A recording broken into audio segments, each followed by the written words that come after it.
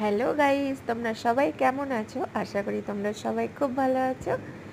আর আমরা খুবই ভালো আছি। আমরা কিন্তু আবার বেরিয়ে পড়েছি সেই অপরূপ দৃশ্য দেখতে।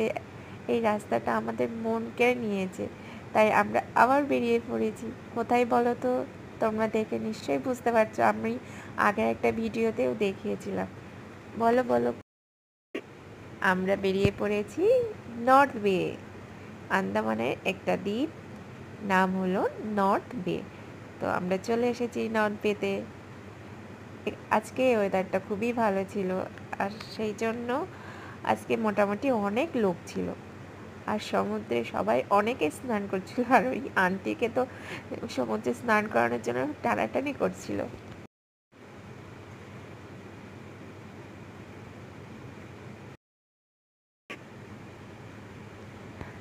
আর সোনা এখানে এসে ফুটি খাওয়া শুরু করে দিয়েছে। আমরা ওখান থেকেই বাড়ির মানে রাস্তার দিক থেকে আমরা খাবার দাবার সব নিয়ে এসেছিলাম। এখানে তো সব কিছুর দাম অনেক বেশি। তো মানে যে যেমন পারে এখানে এসে স্নান করতে শুরু করে দিয়েছে ঝেবে ঝেবে। খুব মজা করছে সব, অনেক বাচ্চারা সবাই স্নান করছে।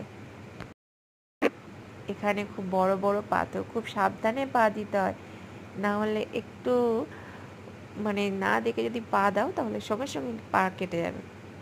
আর কোরাল, অনেক বড় বড় পাথর, ভীষণ ধার, আর কোরালও ভর্তি এখানে। আমি আর সোনা একটু সমুদ্রের ধারে নামছিলাম।